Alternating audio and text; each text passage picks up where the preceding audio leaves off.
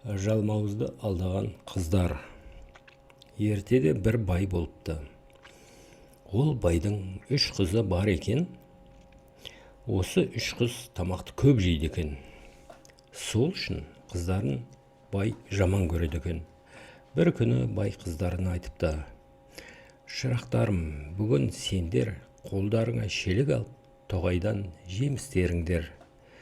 Сөйтіп қолдарына түбі тесік шелек береді. Қыздар еш нәрсені ойламай қуанып, жеміс тереміз деп тоғайға кетіпті. Тоғайға келіп, жеміс теріп жүргенінде әкесі бөтен жаққа көшіп кетіпті. Терген жемістері шелектің түбінен түсіп қала беріпті. Оның үшін олар тоғайды көп айналып жүріпті. Кешке таман қыздар үйіне келсе, үй орнында жоқ екен.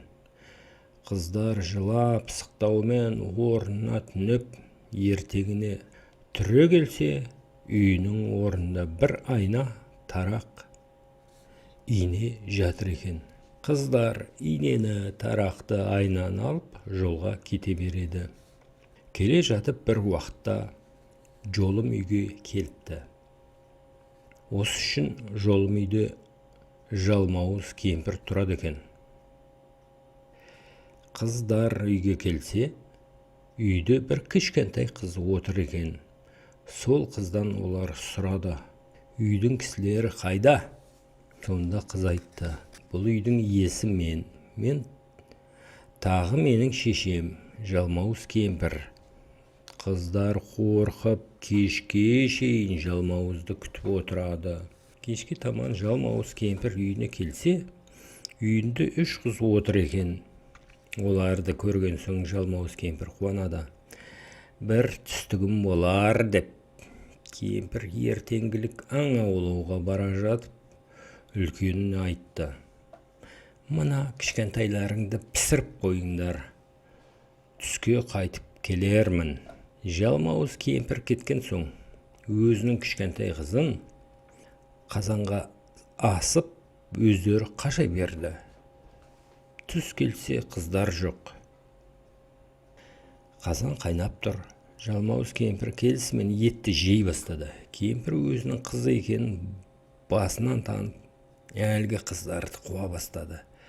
Бір уақытта қыздар артына қараса, жалмауыз кемпір жетіп қалған екен. Апасы көршісімен тарақты тастапты. Үлкен тоғай болыпты. Жалмауыз кемпір бір тісін балта қылып тоғайдан өтіпті. Екінші рет жете бергенде ортаншысы инесіне тастайды. Биік тау болады. Онан да қиындықпен өтеді. Үшінші рет кішкентай айнасын тастайды. Үлкен көл болады. Жалмауыз кемпір өте алмайтын. Үлкен көлді көреді. Сонда ол сұрайды: «Сендер қайтып өттіңдер?» Қыздар айтты: «Мойнымызға тас байлап өттік». Кемпір тас байлап суға түскенде, суға батып кетті.